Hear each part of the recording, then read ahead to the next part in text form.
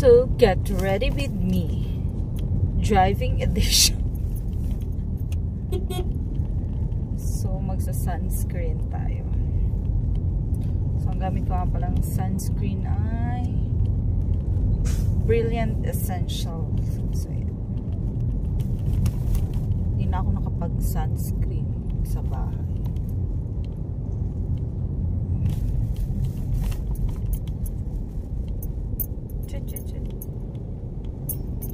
Yung ganyan kakadami maglagay.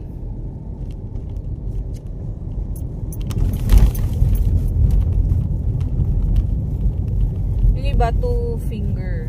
Ako hindi ko alam kung lampas na ba to. Kasi sobrang init. So yan. So nga pala, remove natin yung glass. Medyo babagalan lang natin yung takbo kasi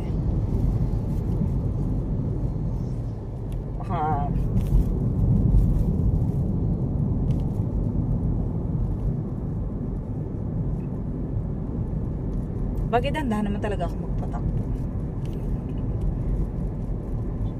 O diba? Kulang pa. Tagang pa natin.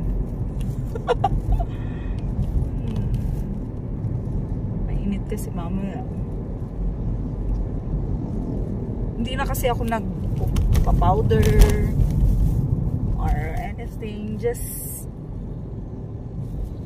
sunscreen. Okay na yan. Ika nga ni naalala mo. Okay na to. So, yan. So, okay na to. Yan. So, neck na lang natin. Siyempre, para pantay siya. So, dagdag pa tayo.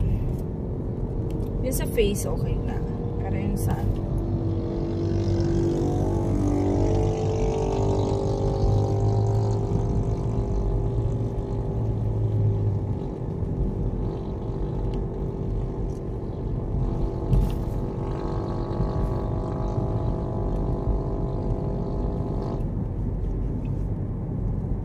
okay na to.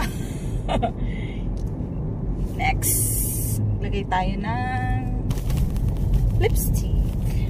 O, diba? Lipstick naman tayo. Pero susutin ko muna yung salamin. Kasi hindi ako sanay walang salamin. Yan. So, okay na yung ating sunscreen. Lipstick naman tayo. Napili ko lipstick. Parang gusto ko mag-red today. So, ang gamit kong lipstick kasi ako yung tipo na ayokong mag-retouch ng lipstick kasi minsan nga kahit di na ako mag-lipstick. So, ang gamit ko is this one. Maybelline Superstay.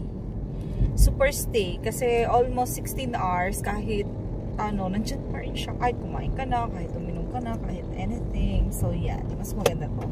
Ay, nag-promote. So, maganda tong gamitin. So, yan. So, mag-lipstick na tayo. So, palan ko to, mag-lipstick habang nagda-drive. Ayun lang.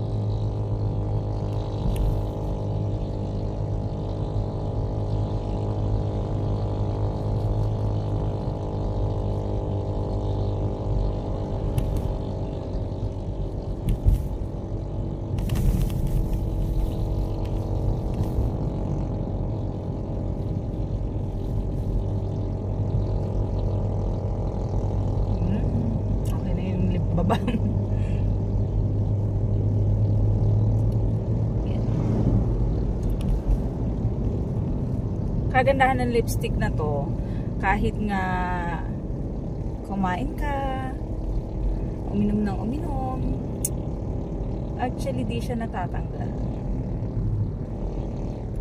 Pag nga gabi, ang ginagamit kong pangtanggal is sunflower oil.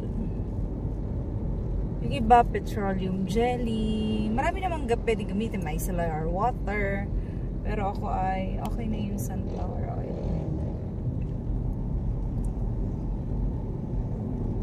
Yan. Okay na to.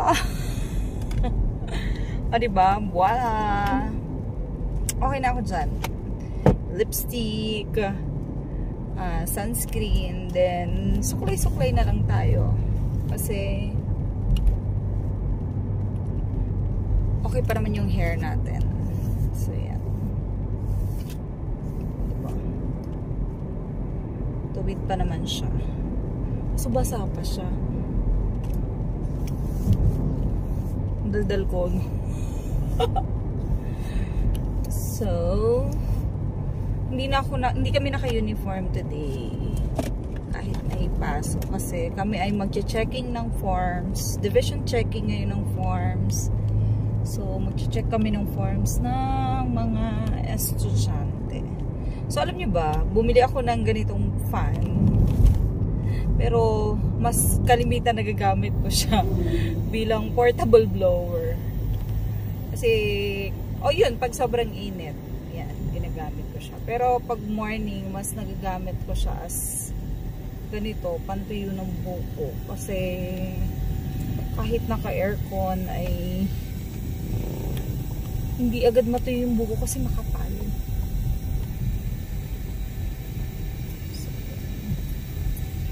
Blower tayo for today's video.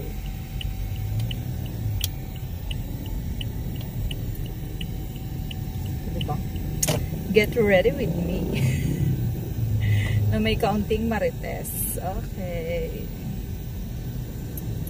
Yung kilay, dati nagkikilay ako, pero parang ngayon gusto ko muna siyang ipa-trim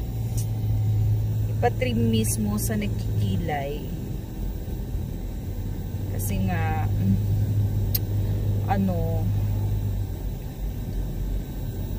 gusto ko siyang ma-shape nung talagang nagkikilay para masundan ko na lang siya.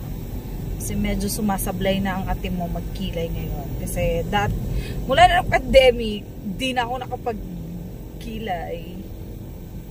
So, kaya yan. So, medyo namumurol na yung lola mo.